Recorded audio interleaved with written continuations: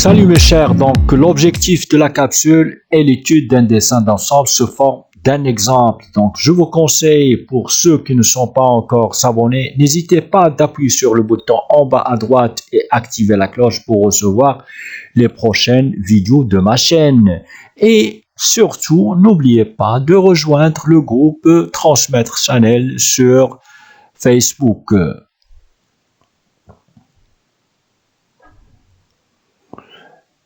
L'exemple qu'on va traiter à partir de cette capsule, c'est le système de traitement de l'eau d'une piscine à abri. Généralement, on commence par la présentation, c'est-à-dire dans cette partie, on peut tirer facilement la fonction principale ou bien la raison d'existence du système à étudier.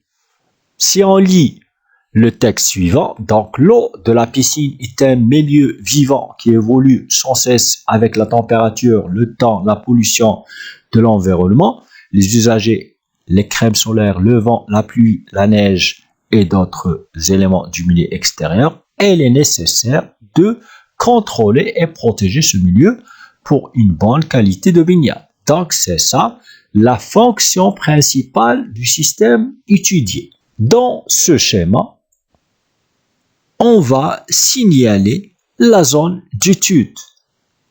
Ici, on représente la roue motrice qui est commandée par un motoréducteur. Donc, l'objectif de cette étude est le motoréducteur se forme d'un dessin d'ensemble. Et notre objectif serait quoi? C'est comment lire le dessin approprié à ce motoréducteur et concevoir le schéma cinématique à partir du dessin d'ensemble. Déjà, si on prend un dessin d'ensemble, la première des choses à définir, ce sont les deux éléments principaux qui sont l'entrée, généralement un moteur, et la sortie. Et à partir du document précédent, on a une roue. Donc, ce que fait la sortie est la roue 28. La question qui se pose maintenant, c'est comment on va transmettre le mouvement à partir du moteur à la roue 28. C'est comme un texte. On doit commencer par le début et savoir la fin. Et entre le début et la fin, il y a un texte. C'est la même chose qu'on a ici. On a un dessin, il faut définir comment se fait la transmission entre l'entrée qui est le moteur et la sortie qui est la roue 28. Pour cela, on va commencer par un petit rappel. Ce rappel sera divisé en trois parties. La première sera les assemblages, deuxième c'est le guidage en rotation et la troisième partie de cette étude ou bien de ce rappel, c'est les symboles des liaisons. Assemblage. Tout d'abord, qu'est-ce que ça veut dire un assemblage? C'est la réalisation de la liaison fixe. Et dans un dessin d'ensemble, on a une structure dont les éléments sont assemblés, c'est-à-dire fixés entre eux. Parmi les solutions qu'on peut citer, c'est que on peut avoir soit une vis de fixation qui est présentée dans la figure 1, un boulon, la figure 2, un goujon dans la figure 3 ou bien une vis de pression dans la figure 4. Et on parle ici des assemblages démontables. Dans cet exemple, on représente la liaison fixe entre la pièce 1 et la pièce 2 par une vis d'assemblage repérée 3. Dans cette présentation, on voit bien ici que la liaison entre la roue dentée et l'arbre est réalisée par une goupille. Et on a ici une goupille élastique. Par contre, l'exemple qu'on a ici, il s'agit d'une goupille cylindrique. Exemple numéro 2. Si on voit bien la figure qui est à droite, on a une liaison fixe entre la poulie 2 qui est en alliage léger qui est l'aluminium et l'arbre 4 réalisé par quoi? Réalisé par la clavette parallèle 3 et l'anneau élastique 1. Donc on sait bien que la clavette a la fonction suivante, c'est arrêté en rotation. Par contre, l'anneau élastique 1 a pour fonction d'arrêter en translation. Exemple numéro 4. Toujours, on a la liaison fixe de la poulie 2 en alliage léger avec l'arbre 1 est réalisée maintenant à l'aide de quoi? À l'aide des cannelures. Et les cannelures sont représentées généralement dans un dessin de la manière suivante. Donc, ils ont la même fonction qu'une clavette soit parallèle au disque, c'est-à-dire arrêtée en rotation. Et on a l'élément 3 qui est un anneau élastique qui a la fonction suivante, arrêté en translation. Exemple numéro 5. Toujours, je prends la liaison entre la poulie et l'arbre. Maintenant, la poulie est repérée 3. L'arbre est l'élément 5. Et pour arrêter en rotation, on a la clavette disque numéro 4. Et pour la fixation et le maintien en position, on a ici l'écrou hexagonal H repéré 1 plus une rondelle d'appui dont le repère est 2. Pour le guidage en rotation, on a tout d'abord le guidage en rotation soit par coussinet ou roulement à contact radial. Donc ici, on a l'arbre repéré 27 qui a une liaison pivot avec le moyeu ou bien le logement 35.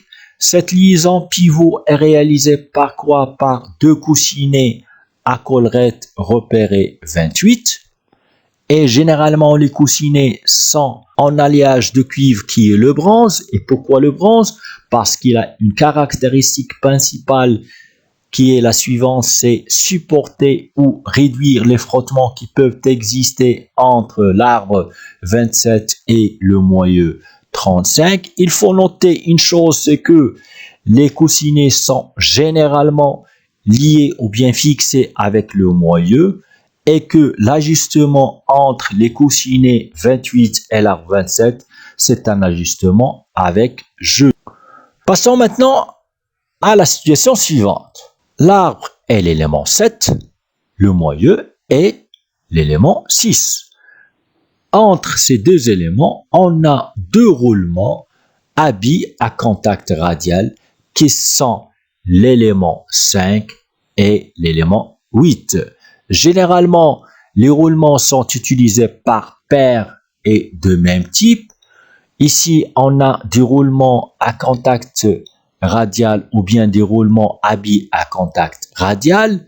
Et pour le montage de ce type de roulement, on a la chose suivante. C'est que lorsqu'on a un arbre tournant, qui est le cas suivant, les bagues intérieures qui sont les suivantes doivent être arrêtées des deux côtés. C'est-à-dire que la bague intérieure du roulement 5 est arrêtée à droite par l'épaulement réalisé sur l'arbre 4, à gauche est arrêtée par la poulie 3. La même chose pour la bague intérieure du roulement 8 est arrêtée à gauche par l'épaulement réalisé dans l'arbre 7 et à droite par le pignon 11. Donc on trouve ici qu'on a 4 arrêts axiaux sur les bagues intérieures. Par contre, si on compte le nombre d'arrêts sur les bagues extérieures, on voit bien ici que la bague extérieure du roulement 5 n'est pas arrêtée en rotation ni à droite ni à gauche. Par contre, la bague extérieure du roulement 8 est arrêtée à gauche par l'épaulement d'intérieur réalisé sur le moyeu 6, à droite par l'anneau élastique 9. Donc, on a ici la situation suivante. 2 arrêts sur les bagues intérieures. 4 arrêts sur les bagues intérieures. 2 arrêts sur les bagues intérieures. On doit confirmer qu'on a un arbre tournant. Par contre, si on passe à l'exemple suivant. L'arbre est l'élément 7. Par contre, le moyeu est représenté par le galet 6. Le guidage de rotation entre l'arbre 7 et le galet 6 est réalisé par les roulements habits à contact radial qui sont l'élément 4 et l'élément 8. La même chose, si on a ce cas, on doit juste compter le nombre d'arrêts sur les bagues intérieures et bien sûr sur les bagues extérieures. Si je compte le nombre d'arrêts sur les bagues intérieures, on voit bien ici que la bague intérieure du roulement 8 est arrêtée à droite par l'élément E1 qui est un épaulement réalisé sur l'arbre 7. La même chose que la bague intérieure du roulement 4 est arrêtée à gauche par E2 qui est l'épaulement réalisé sur l'arbre 7. Donc on a 2 arrêts sur les bagues intérieures. Par contre, si je compte le nombre d'arrêts réalisés sur les bagues extérieures, on voit bien ici que la bague extérieure du roulement 4 est arrêtée à droite par le couvercle ou bien le chapeau 1. À gauche est arrêtée en translation par la bague entre 3 et 5. La même chose, la bague extérieure du roulement 8 est arrêtée à droite toujours par la bague entre 3 et 5. À gauche par l'épaulement d'intérieur réalisé sur le galet 6. Donc on a le cas inverse par rapport au cas précédent. 4 arrêts sur les bagues extérieures, 2 arrêts sur les bagues intérieures. Donc, on doit confirmer qu'on a ici un montage moyeu tournant. Donc, pour résumer, le guidage en rotation réalisé par du roulement habit à contact radial. Si on a 4 arrêts sur les bagues intérieures et 2 arrêts sur les bagues extérieures, on a arbre tournant. Si on a le cas inverse, on doit parler du montage de roulement par moyeu tournant. Le guidage en rotation par roulement à contact oblique. Donc, les roulements à contact oblique, on peut citer roulement à rouleau conique qui est à gauche ou bien roulement habit à contact oblique. Et on a ici les deux représentations, soit la représentation complète ou bien la représentation simplifiée. Donc, cette famille des roulements a des règles de montage qui sont différentes au cas précédent. Premier cas, montage en haut. Et le montage en haut est généralement utilisé lorsqu'on a un moyeu tournant. Les deux roulements sont arrêtés des deux côtés, soit pour les bagues intérieures ou bien les bagues extérieures. Et si on trace la ligne de contact débit avec les deux bagues, soit intérieures ou extérieures, on a une représentation ou bien une forme en haut qui est la suivante. Donc, on confirme souvent qu'on a le cas d'un montage à moyeu tournant. Bon, comme exemple, je peux dire qu'on a ici un arbre fixe et on a un logement au moyeu tournant. Donc, le guidage entre le logement et l'arbre est réalisé par deux roulements à rouleau conique. On a une disposition en haut, donc facilement on peut dire qu'on a le guidage en rotation moyeu tournant. Si on a la disposition inverse, c'est-à-dire une disposition en X, on doit confirmer qu'on a un montage de roulement à contact oblique, le cas d'arbre tournant. Les symboles de liaison. Les symboles de liaison, généralement les liaisons les plus rencontrées sont la liaison encastrement ou bien la liaison fixe ou bien la liaison pivot. Et on a ici à gauche un exemple qui représente un petit dessin explicatif pour chaque liaison qui est soit la liaison fixe ou bien la liaison pivot. À droite, on a le symbole soit pour la représentation plane ou bien la représentation en perspective. La même chose, on a la liaison glissière qui a un seul degré de liberté qui est le mouvement de translation. La liaison hélicoïdale, on a les deux mouvements qui sont conjuguées, c'est-à-dire en même temps, la rotation entraîne la translation. C'est pour cela qu'on parle d'un seul degré de liberté. Par contre, la dernière liaison sur laquelle je vais parler dans cette capsule, c'est la liaison pivot-glissant, c'est-à-dire qu'on a 2 degrés de liberté. La rotation et la translation, les deux mouvements se font indépendamment. C'est pas la même chose que la liaison et l'équidale. Le schéma cinématique.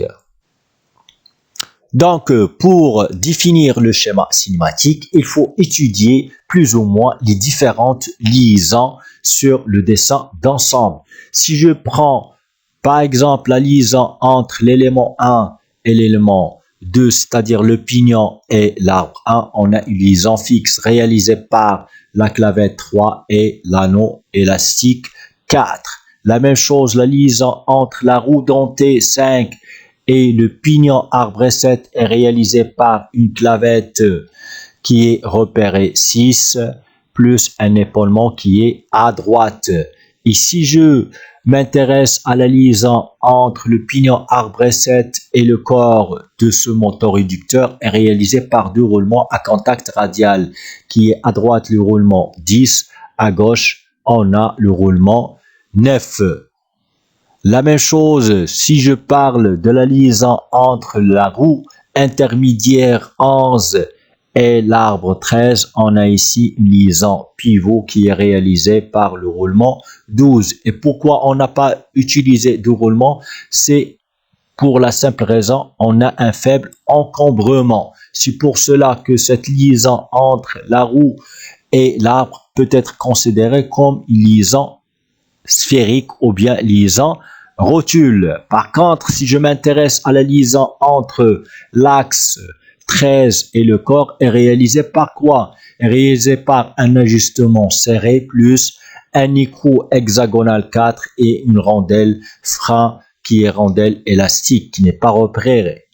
Par contre, si je m'intéresse à la liaison entre la roue dentée 15 et l'arbre de sortie 25, est réalisée par la clavette parallèle 16 et l'écrou en coche 17 associé à une rondelle frein 18, alors que la liaison entre l'arbre de sortie 25 et le corps du système est réalisée par 2 roulements à gauche par le roulement habit à contact radial qui est l'élément 21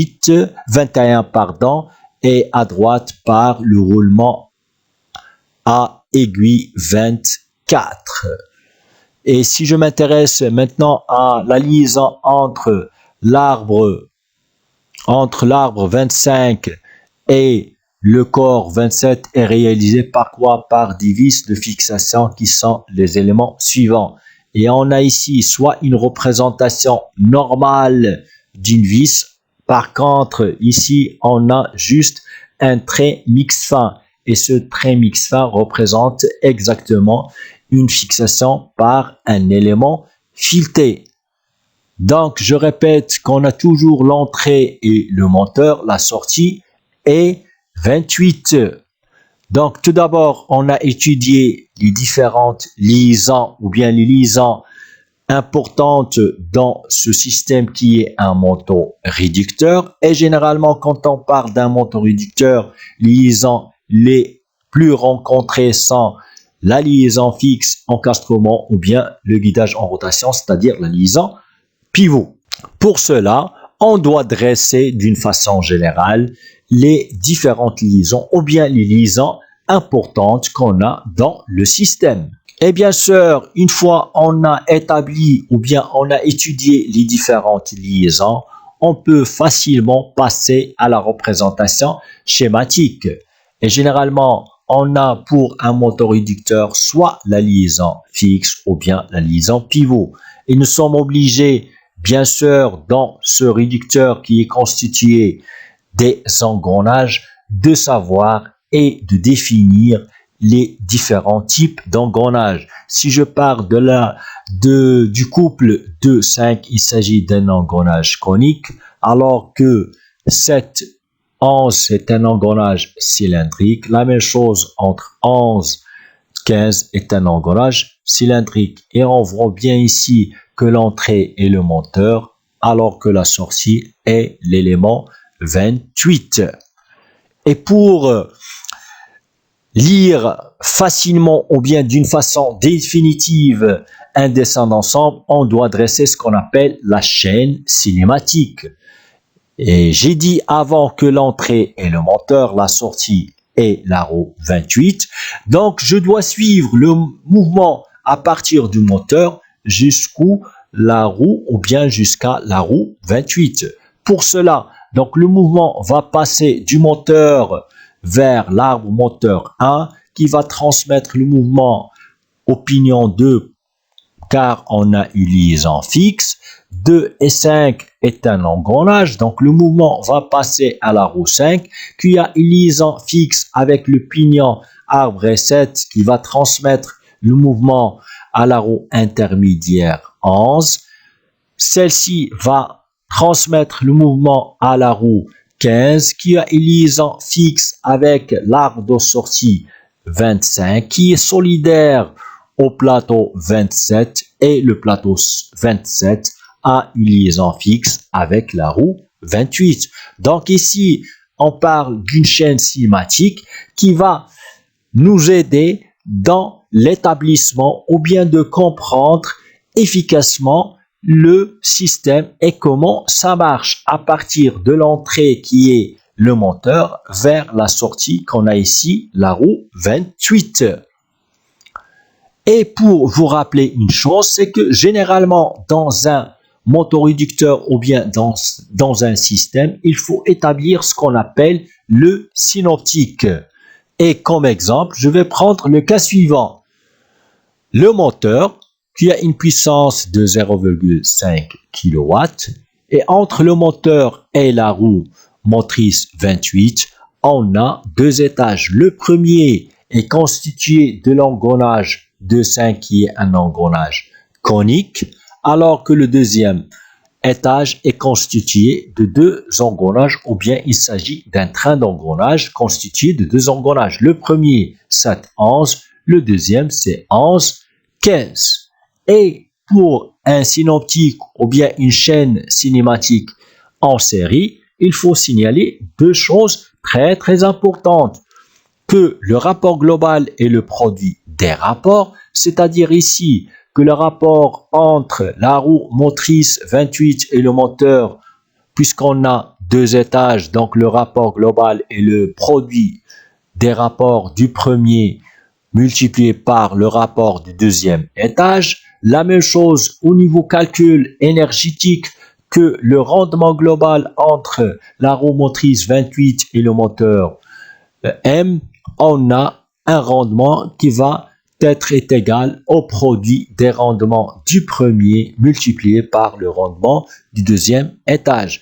Donc ici, on a essayé de voir comment on peut lire un dessin d'ensemble et je vous conseille pour ceux qui ne sont pas encore s'abonner, n'hésitez pas d'appuyer sur le bouton en bas à droite et activer la cloche.